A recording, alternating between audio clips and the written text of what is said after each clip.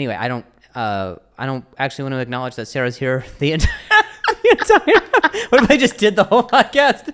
And that's what's crazy. And I'll tell you what, something else about Whole Foods is, and I just go into, all right, guys, seriously, let's not even applaud because she's just so freaking used to it. Sara Carson is a dear friend of mine. I don't know why I'm talking like she passed away. And I miss her. I feel her in the room. What season of America's Got Talent were you on? 12, I think. Am I saying that right? Am I saying it right? America Has Idol? What is it? Most people say American Idol. Yeah. Isn't that it? I get the same thing so many times. Like, I can't sing, sorry. Yeah. Yeah, and also, like, what are you, stupid? Like, at what point, what do you, like, do you think that Sarah, at what point, when have you ever, what episode of American Idol have you seen where there were dogs dancing around? You were like, that was crazy. There was no singing, but I'm going to vote for that. Just think. I've heard America's Most Wanted on accident. I've heard X Factor. Oh yeah, X Factor is a big one. Have you ever gotten X Factor? No. Oh. At least it starts with American. Yeah, I guess that's Like- true. Which you're Canadian, so this is It doesn't work. someone had to tell something. Yeah, that's fucked up, dude. Yeah, we outsourced for Sarah's season. They were dry. They were like, listen, no one can train a dog in America. Except for Mel, apparently. You've been training dogs and men your whole life. Sorry, I don't know. I feel like that was trying to be me being women empowered. You've been training dogs and men, bitches and men, female dogs and male men, and men who are bitches, right? Anybody with me? So, and so what I love about you and first of all, I love dogs, and you and I connect so much on like how we go about dogs and how we go about dog training. But when is it that you started? Because for me, it was just not at all what you do. No, but you know a lot about dog training, like you said. No, I started training dogs. I think I was about 10 years old. Yeah. I got a Cocker Spaniel puppy, and I was like, this is super cool. It's like my best friend. It loves The me. least trainable dog ever. I mean, Spaniels aren't that bad. It's not a husky. No, guys, if you know dog jokes, these are crushing right now. Crushing. I'm talking a dog comedy club in the metaverse. You hear me, Zuck? You hear me, Zuck? You listening, Zuck?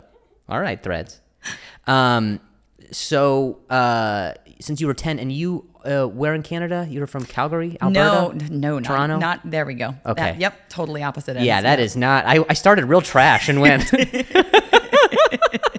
It's funny. From Canada's trash goes left to right. America's trash goes bottom to top. I don't know. we sort of go in a. Actually, it's everywhere. It actually comes. No. It starts middle and then goes out.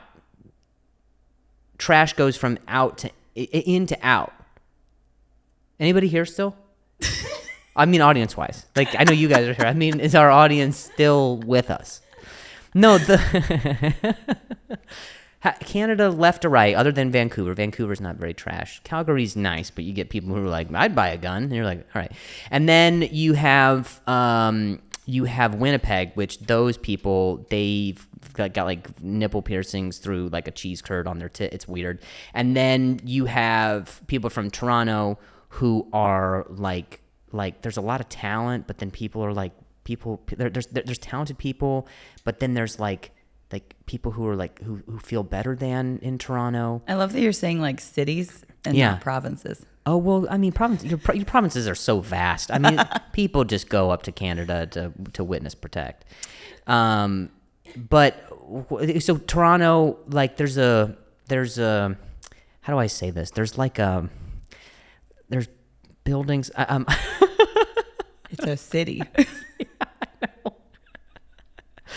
All right, so you started training cocks when you were 10, and that's what I call Cocker Spaniels. It's not. I call them cocks. What am I going to call them? Spaniels? Oh, that probably makes sense. I'll change it. So we'll edit. We'll keep this.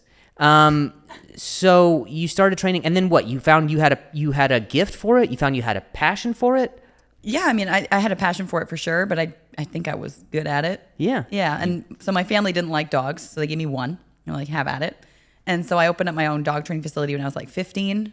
Ran that. This is insane, for man. 5 years. Child labor laws, Canada. You fucking. Gosh, man, the sweatshops up there. I mean, it was the only way I could get more dogs. So I was like, if people bring me their dogs and pay me to train them, it sounds great. That's the cutest thing I've ever heard. He's like, I don't care about money. I want more dogs. It's true. I'm going to build a business for dogs. It's true. That's amazing. How many dogs did you have when you were 15? Just the one. Oh, okay. Yeah. But you hadn't acquired more dogs yet. No. Wait, hang on. Your dog, this was the same dog that you had since you were 10 to 15. How many tricks were you able to teach the Cox, the Spaniel? He knew like 60 behaviors. 60 behaviors? Mm-hmm. That's more than me. I'm so predictable, dude. Get up, make tea, pretend like it's as fun as coffee. I'm like, give up on tea, drink my coffee, lounge on couch, check sports, question if you're man enough, think about calling your dad, don't call your dad. Actually, I'm almost up to 60. I gotta learn how to call my dad though, and then I'll be right, over the hump. Oh, hump. That's another one. Okay, cool. Well, then that's sick. You're just super precocious. You like what was the most impressive one? And what was the name of this spaniel? His name was Maple.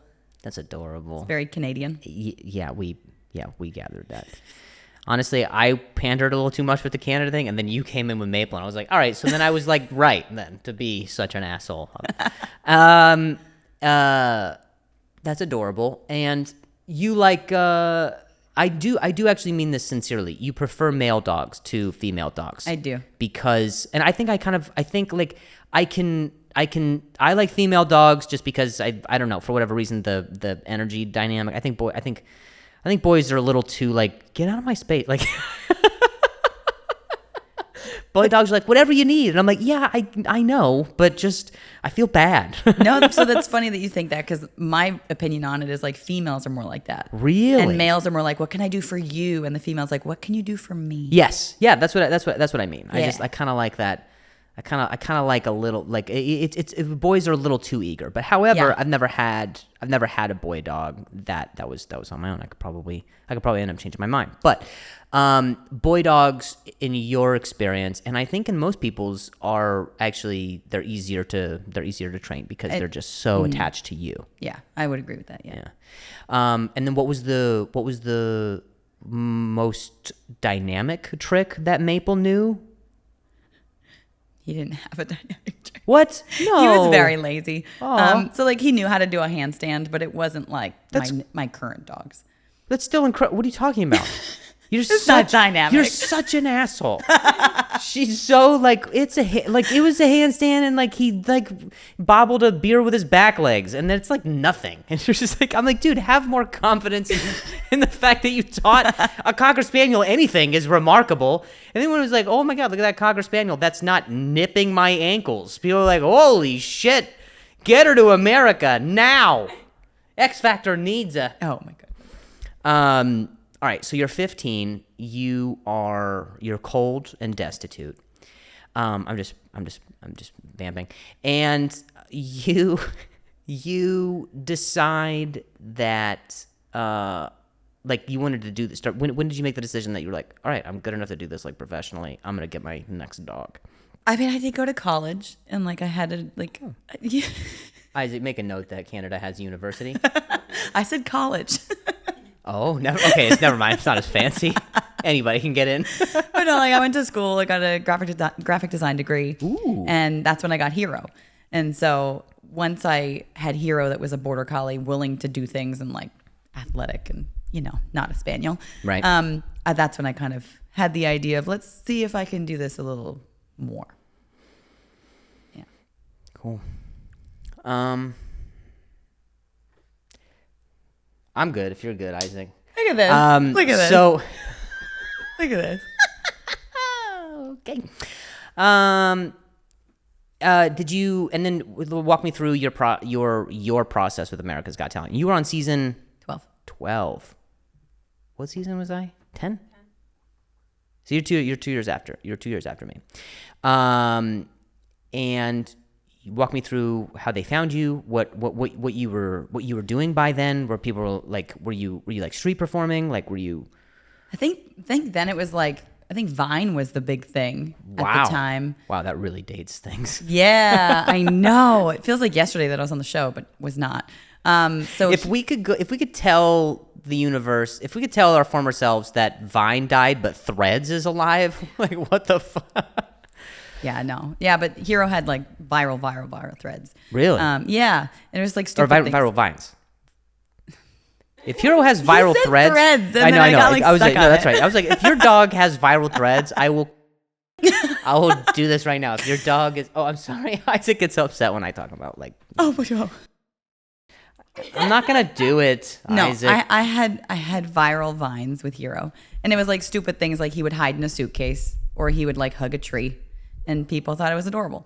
That is cute. And then I bet he wandered his way down to Vermont and hugged those trees. That's not very Canadian. I mean, they got maple syrup there. I'd fit right in. Oh yeah, It would be fine. you can have Vermont, by the way. We don't need it. Oh, I love Vermont. You're just pissing everybody off. Mel's just staring daggers at me right now. Yeah. But no, so we had a couple viral videos, and I was already doing shows in the States with a stunt dog company. Whoa. And what is a stunt? What is a stunt dog company? so we would do like theater shows with a bunch of dogs, a bunch of people. Yeah. And it would be a production. Yeah. So I was already doing that for a couple of years. America's Got Talent reached out probably like once every month for years. Oh wow. And I couldn't do it. I had one dog. I had a very strict visa at the time. And yeah, so I just kind of kept blowing it off a little. Yeah. And then I got Marvel, my one bitch that is still a bitch. And then I got Loki. So I was like, I have 3 dogs. Yeah. I think I'm ready to try this out. And as you know, I went on the show and I actually didn't get on the show because I had 2 yeses and 2 nos. Yeah. But yeah, it was an emotional moment. Yeah. Well, I mean, because you eventually did. Yes. Yeah. Yeah. Simon came up on stage and changed Howie's mind. Right, because he was your big advocate. He loves was like, dogs. I mean, and I think he appreciates what it takes to do that. I mean, what's so, I know we've talked about this before, you and I, but what's crazy about America's Got Talent or any talent show that has multiple art forms or multiple types of performers, it's so apples to wrenches. You just like, you can have, like, I can think of any number of comedian who would go on stage and it's just like, even like Preacher is, he's fucking hilarious and he got super far. But then you see someone who like pours sand onto a shadow projector and is able to build a scene and make you cry and you're like, what the I don't know, like, how do you compare this, And so you are going to get judges and even comments from people who watch who are like, but that's not, and it's like, that's not talent. And it's like, but you don't see the hours that Sarah put in with the dog. And it's like, it's almost like, yes, you want to credit the dog, but only a person who truly understood training or any level of like commitment to anything would be able to understand that it really takes the drive and understanding of the trainer to just like, you have to know dogs and you have to know your dog and their limits, their motives, what motivates them when they're done, when they're distracted, when, like, what's the routine that's going to best fit them. I mean, and I'm glad that Simon was able to kind of back that up for you. Yeah, because he does Britain's Got Talent a lot. Yeah. And that's where all the dancing dogs are. And so he was very familiar with it. And I think I was probably the first one on America's Got Talent to really do like the whole storyline and that kind of thing. So it was new. And when they made that comment of like, I don't know what I just watched, I'm like, that's okay. Yeah. Like, you don't have to. I think is exactly what I said. I was like, you don't have to know. It's fine. Yeah. But Canadian charm. And that's bizarre that, Howie's Canadian and he just didn't even have you. He just didn't even have your back, dude. No. Gosh, he really sold out. Howie. Walk me through what happens next. Simon gets on stage and is like, this And whatever British, I don't know the language over there. Exactly like that. And pass it through. No more decent day. Going day, Sarah. Ay, no. Sarah. So, Perfect. yeah. So you went, and we just actually played the clip. That wasn't me. And so then what happens? Well, so I got put through, Nice. obviously. So I did judges cuts, and I kept getting through. Yeah. And I ended up in the finale, and I was the only person in the top 5 that did not get a golden buzzer, That's fucked up. which is a very cool fact. Isaac, we got any confetti? You got anything? He does not have any confetti. He got that though. I think that's a buzzer. Like not a good buzzer. That almost sounds like a. That's what we have though. That's funny. So yeah, so I was in I placed 5th, and who else got these buzzers?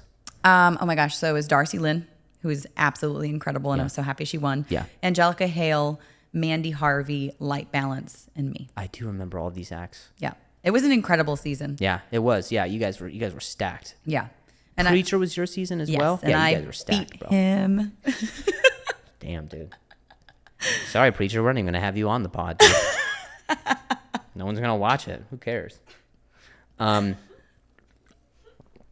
amazing. You make it all the way to where did you end up placing? 5th. 5th. Dang, that's so cool, man.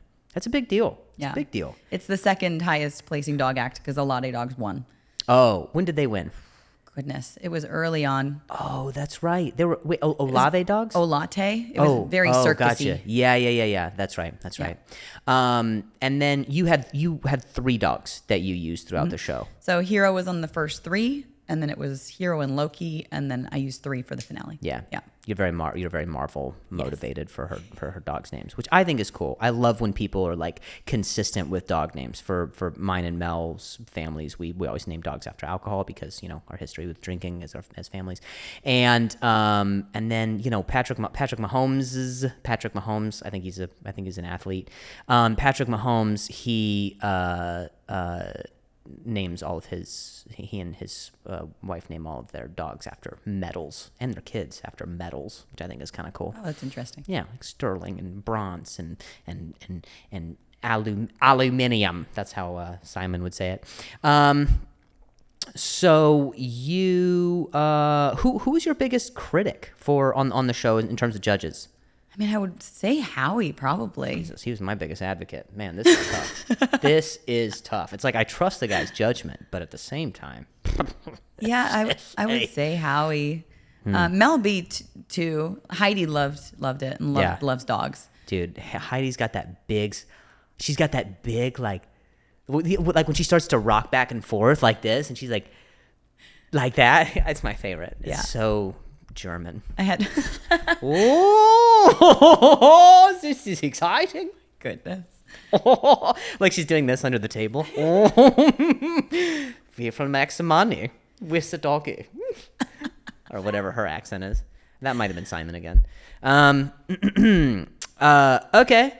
So then, cool. You just placed 5th. Whatever. That's really sick. I think I got 2nd. I don't know why I'm upset. It's just super. I wanted 5th though. And, seems cool. And I feel like 5. I should know this. I made 5th, and every time someone's required to high five me. Yeah, I got 5th. I would never do that. Very different. It is significantly less cool. I placed 2nd, and someone goes, and they put their legs, their fingers become legs, and then they cross like this, and then we're bonded. We do it's. I'm trying to bring it. into the gym, into the male community where I put up a peace sign, and then another dude puts up a peace sign, and then we scissor with our hands, and then we go, all right, dude, enjoy your elliptical. But I don't work out. So anyway, I wanted to ask you what's the worst show that you've ever had where you were like, this is off the this is. And walk me through why it was, because there has to have been a time where there was a performance that didn't go so good, love. Right? Because you had to have had like where, I don't know, a dog was like distracted or it smelled salami nearby because you're in Arkansas or, whatever. Like I say, recently we just finished a run at the Medora musical in Medora, North Dakota. I was there for 5 weeks and we do like a 20-minute show within the musical. And there was one show that yes, I do a variety of things with the dogs. We do frisbee, high jump, agility, all that stuff. And hey, do we want to silence all cell phones and then bring up all sound effects, please? Oh, that's so funny. Sorry, our super popular producer just got a bunch of texts. Who was it? It doesn't matter. Okay, cool. All right. I'm like, actually, Sarah, just hold that. Who was it? We just go into this storyline? No, what happened? In the middle of her story. It's Let okay. her talk one time. I'm used to it. It's fine. I'm sorry. I'm in a silly mood. This one. Less talking, more listening. Okay, I'm fine. listening. I'm like, It's this is fine. but this is seriously, this is our dynamic, and we're gonna get It's into true. some really good stuff. But first, tell us about that text. No, okay. Okay. So you're in North Dakota, and hit it. Okay. And like I was saying, I do a variety of things with the dogs in the show. So this one particular act, it was Hawkeye, and he was doing frisbee, and he tipped the frisbee, and it flew off the stage, Oh boy, which led to Hawkeye flying off the stage attaboy. to get the frisbee. And he did not bring the frisbee back. Instead, he had his entire body in a woman's popcorn container. Yeah. So Oh, he little ate guy. a lot of popcorn and then finally came back and we just gently put him away. Oh, that's the best surprise. You're just down there with your popcorn. You're just, a dog. Yeah. What? Oh, I didn't bring this with what? And they escort you out the theater. No, I didn't bring it with me. No bringing snacks from home. You know the rules. I mean, thankfully she didn't care, but I Yeah. was devastated. And then there was another, because we did 5 weeks at this particular event. So there was lots of... 5 weeks in North Dakota. really- Did they give you a medal at the end? No, we did a lot of hiking. The Teddy Roosevelt National Park is there, and there's a whole bunch. right. There's a whole bunch of stuff. Yeah. But it is middle of nowhere. Yeah. So we had another show where I have a golden retriever. Oh, nice. So I always, after this particular incident, I would always start my show by saying, "All right, guys. So the next dog coming out is it's not a border collie. It's not an Australian shepherd. It's not a cattle dog. It's a golden retriever." And then everybody would just like laugh because if you've owned a golden retriever, you just know. And so he comes out, he does his high jump thing. He's in a sit, getting ready to jump 40 inches, and he starts to pee Oh, no. in the sit. And thankfully, in the 5 weeks I've done this, only time this has happened, but the entire audience just roared with laughter. That's so good, though. And then happy mistakes. I get on the mic and I'm like, in the 12 years I've been doing this has never happened before. Believe it to the golden retriever. Do you know how, committed you have to be as a male dog to be in a sit and pee? Male dogs don't sit and pee. It wasn't even a lot. Like he was just real excited. But yeah, I mean, I feel like the theme to all of my like mess ups and performances are just dogs being dogs. Yeah. Like they eat some lady's popcorn, they pee on stage, they knock a bar when they're doing their high jump. Like it's just silly things. But Yeah. for my dogs, I mean, I'm pretty strict with my dogs. I have Yeah. like a lot of structure at home and whatnot. And so like when stuff like that happens, I do laugh it off. Yeah. But at the same time, it's like, come on. Come on, dude. I love that. I do love that there is a little window of forgiveness when it comes to watching dog, because you're watching some amazing things where it's like, this dog is balancing a ball on its nose while it's on my back. You know what I'm saying? It's just crazy stuff. And at the same time, if they do something like, where like that super dog, whatever, like I think it almost not to try and draw this comparison, but it is a little bit like something unique happens during a stand-up show and you're like, all right, that only happened just here right now. And so that's something that when you watch a dog show like that, you could greatly appreciate and be like, remember when the dog was just peeing? He was just sitting and he was just so excited and peeing. And it is funny because like I would say every single show at Medora was different just because they're dogs. Yeah. And like we were using 7 dogs in the show. Yeah. And every single show they do something different. So Do it was fun. you like the fact that you get to perform in so many different environments? I've seen you perform in like at least 3 or 4 different environments. I mean, do you like the fact that you travel around so much, or would you prefer to be in like, oh, I'm in Vegas and I can just stay in this place? I did enjoy that. Like Medora was nice. Yeah. I had housing. I had 3 meals a day, and I stayed in one spot. Yeah. The dogs got into a really nice routine of like every day, 4:30, we go potty, we go to the theater, we do the thing. So that is nice. Because I've been doing this for so long. I've already been to every state. Yeah. Like, yes, I have new dogs, so I have to take those dogs to go do those experiences. Yeah. But yeah, I would say I do prefer staying in one spot. Well, I mean, it's also healthier for the dogs when you get to be in a spot that like they love routine. I mean, and that's I think I think that there's some sort of like that structure that you're able to give them, they're almost able to give it back to you, you know, and it's just. You know, there's a lot of people who, when if they lose their significant other, or they become a widow or a widower or whatever, they get, you know, they're high risk for slumping or becoming even more depressed. So they'll get a dog, because a dog, no matter how you're feeling, a dog has to have that routine. It has to. It needs you, and so it's almost it's pulling this sort of caregiving part of you out to rise to that occasion. Yeah. Nailed it. Let's talk about you and I talk a lot about this, especially I think it's even more difficult with your line of work, because everybody has a fucking opinion on how to train a dog and how you react to a dog and what you do wrong. And like I genuinely think maybe only the equestrian community is worse. I mean, than like horse people are crazy. Yeah, horse people would be crazy, dude. I'll never touch a horse again. So like, what's the most common criticism or feedback that you get where it's just so eye roll worthy? Ooh, I would probably say the fact that my dogs are crate trained. Really? Oh, yeah.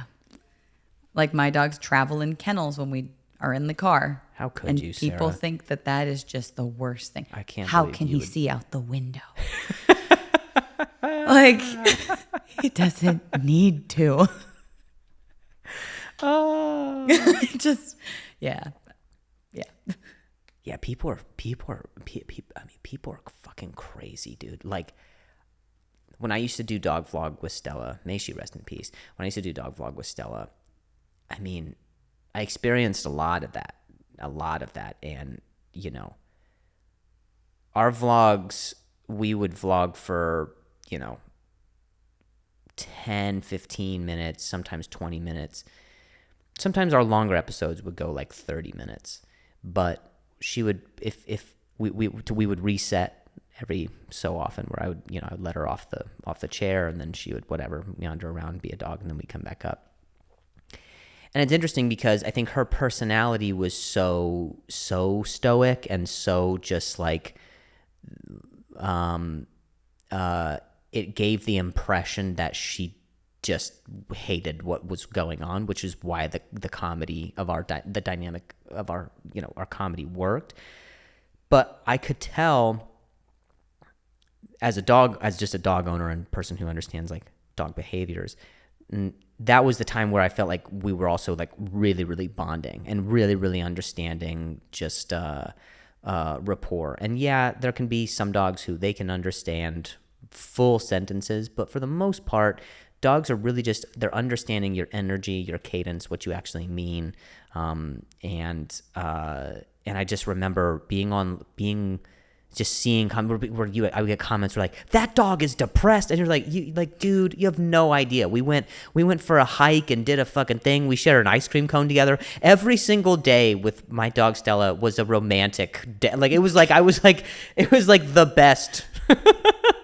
It was like the best day, and it was almost like movie-esque our life all the time. And so, but people are crazy and they want to weigh in on it. Oh yeah. I get a lot of negative feedback whenever I post training videos of my dogs. Like, yeah. I mean, we talked about handstands with my spaniel, but like anything, backflips, anything like that that's not natural, that a normal dog wouldn't just be doing, people are always saying something negative about it. Yeah. Stella's death was untimely, unexpected, and I imagine in your line of work, working with as many dogs as you do, that has to have happened. It has to have happened where it was just so sudden. And I mean, have you ever had a time where it just shook you? Yeah. So I had Loki. He was just a rescue from Oklahoma. And he did America's Got Talent when he was just a year old. Incredible dog. Nothing fazed him. He learned things just super, super fast. And we did I think it was 2 or 3 weeks. No, it was like 6 weeks in Minnesota at a theme park. And just at the end of that run, he started to get sick. And I was like, oh, like dogs get giardia. Like they travel. Things that go wrong. And all of his tests were fine. And he just kept getting worse. And so by the time he was 2, he basically was just, oh goodness, he was not okay. He was skin and bones, wasn't eating. I was tube feeding him, giving him IV for water. And he basically had an undiagnosed autoimmune disease. It was like all of my savings. I think I spent like way over $35,000 trying to take him to the best vets in the country and all of this. Yeah. And nobody could tell me what was wrong.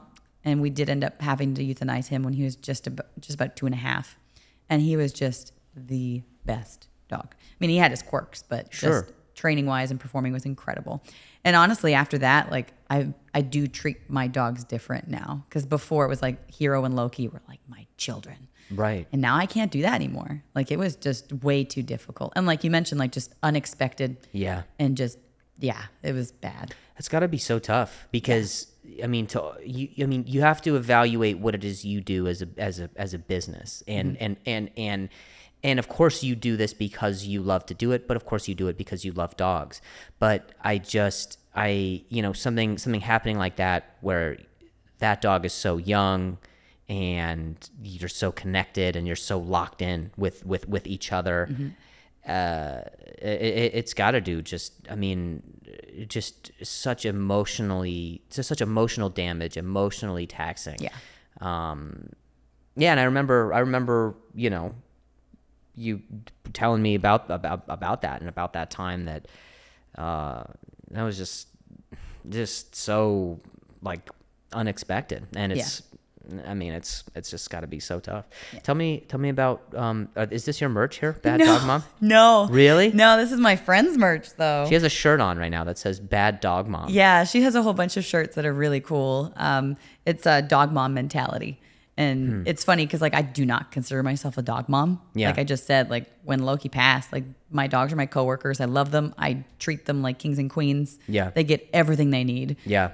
But they're my coworkers. Like I love Hero. Hero doesn't live with me. He's in happy retirement land right now. Yeah. He's doing great. But like I don't consider myself a dog mom, but she talks more about like mental health, being a dog parent and having a dog. So it was Loki the pivotal moment for where you were like, I have to lock down my emotions? 100%. Wow. Yeah. I mean, I spent basically a year trying to fix him and trying to figure out what was going on. And even like when we got him on steroids for about 6 months, he was performing because that's what he wanted to do. Yeah. He wasn't doing it well, but he was doing it. Yeah. And he was like so happy and a workaholic, and he was like a child to me. Like I loved that dog so much. And so when I lost him and just how I lost him, it definitely affected me. Yeah. When you get a new dog who you're starting to work with, what's your process? Like what is it that you're looking for when you're like, I can work with this dog? I'm looking for a dog that is environmentally like totally solid, doesn't care about like, cares about the environment. Global warming is big deal. You ask the dog and you say, listen, is it hot in here? And he's like, it's hot everywhere. And you're like, that's exactly the right answer. Oh my goodness. Oh my gosh. Okay, sorry, keep going. You're fine.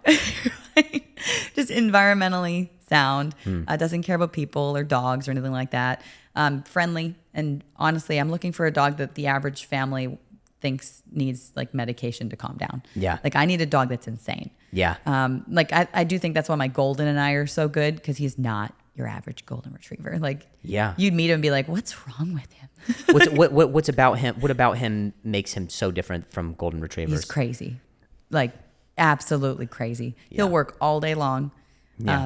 Yeah. He's insane. Because golden retrievers, they're excellent working dogs. They're excellent service dogs. Because they're calm. Yeah. Yeah. Yeah, exactly. Yeah, Archer could never be a service dog. I love that. Because, do you ever get the sense that some dogs are born into the wrong bodies, kind of like we are? You know what I mean? We're like, all right, you are a Chihuahua. I don't know what you're doing in this Great Danes. I could see that totally. Yeah. I do think that a lot of dogs are forced into the wrong career paths. Yeah. Like I've met so many service dogs that should not be service dogs, but they don't really. They don't really have a choice. 90% of them? Yeah. And I'm not talking about fake service dogs. I'm talking about people that has paid tens of thousands of dollars for a dog, and the dog should not be doing that job. The temperament assessment was just not right. Or they just didn't do one. Well, that would usually help. That points you in the right direction for what service they would go into as you assess their temperament. But what do I know? So going back to your process, you try to find a dog that's just highly active, highly motivated. Yeah. Normally, food motivation is like what I can 100% work with. Yeah. And then toy motivation is good. But you don't want a dog that's like too overly crazy for toys. Yeah. Because then they can't think at all. Collies are good for this. I see a lot of shepherds, a lot of Australian shepherds that are good for this, right? Yeah. Any of the herding breeds. Yeah. But any dog can do it. Yeah. Truly. Even spaniels. I don't know. There's no evidence of this. Not to be racist, who's the worst breed? Like, let's just get this out. Let's get it done. No, it's huskies. It is. And like, I have a friend that has some, and she has one that I'm like, I like that dog. But no, they're bred for one thing, and that's to run in a straight line forever. Interesting. They're stubborn. You hear about that. Yes. You hear about how stubborn they are. Yeah. They just have that face that looks through you. And you're like, you're looking at the counter behind me, aren't you? You piece of shit. And that dog's like, I don't respect you. And you're like, well, you better, because you're not mine. And they're like, and that husky's like, okay, well, are you gonna adopt me? And I'm like, I'm here for a fish. And that was the last time I was ever at a PetSmart. That's not a real story, but I haven't worked with a lot of huskies, but I know that the huskies that I saw, that were like, there's a dog sledding company in Vermont, if you can imagine, which is basically Canada's little poop. And there's a guy who he works with. I think they're mostly all huskies, and it's a dog sledding company. And I mean, I've never, like, you see Balto and you're like, there's no way that's what it's actually like. And then that's like what it's actually like. It's pretty crazy, man. These guys, like, they pull a sled and they bark and run the whole time, and they just love it. And you really don't see a lot of husky. I don't know if I've ever seen a dog show where there's a husky in it. I've seen a few, but they're rare. Yeah. Yeah. Like, imagine taking a sled dog and sticking it in a family home. Like, yeah, no. Yeah, that would be weird. Having a home. That's not what I meant. For a dog. No, I think I know exactly what you meant, Sarah. You don't care about dogs having homes. You just put them in a crate and you put them in a truck. And you drive and across then you the country. drive. And I don't get those texts for Amber Alert for you. But how many dogs do you have right now? 6. 6 dogs? Yes. Do you have a favorite one? Yes, obviously, Hero. But that's because you guys got history. You guys go way back. How old is Hero? He's 11. Oh, wow. Mm-hmm. Good for him. Yep. He got diagnosed with valley fever when he was 7, and then I retired him just shortly after. Yeah.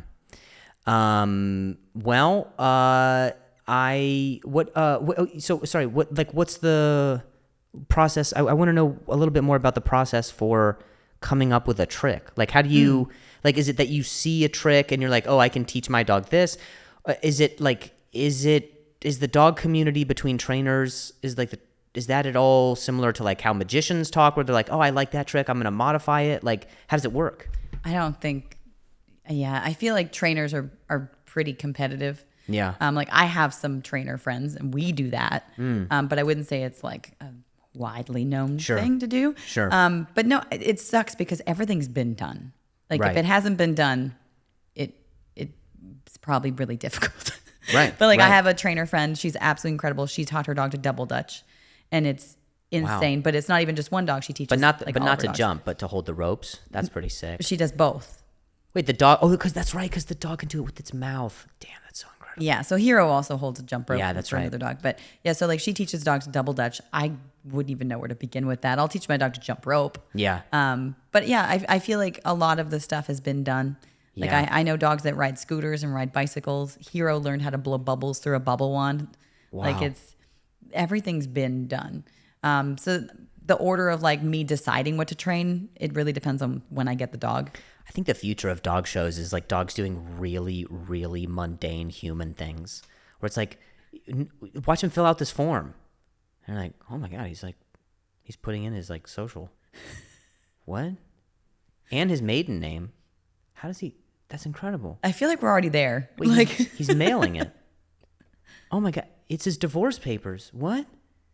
Oh my God, he's divorced. Oh, this is his second wife? Maybe he's the problem. Oh, he doesn't have much longer. Oh, he's emotionally distraught. He should get a dog. They're friends now. Ah, they don't text. Things are crazy. They're distant now. Boys will be boys.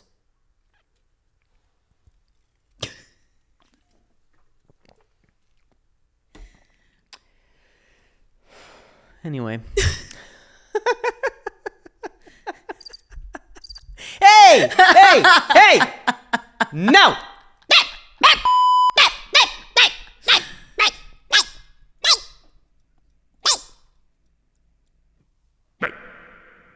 Hey. No, hang on. Dude, Do that again. Let me bark a little bit. Hang on. Go back. go back. So let me bark a little bit and then go into that deep voice like that. So let me bark for just a little bit. Bark, bark, bark, bark, bark, bark, bark, bark. Bark.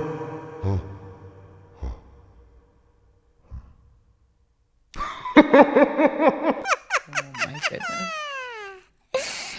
Ah, man.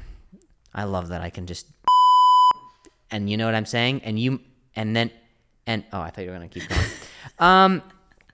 Well, Sara Carson, I always love getting to see you, even under these really sad circumstances, which is just my podcast. Yeah, anything else that I guess should talk to you about? Because I already know you so fucking well, so I just don't even fucking get on. Oh my God. Well, actually, where do you go next?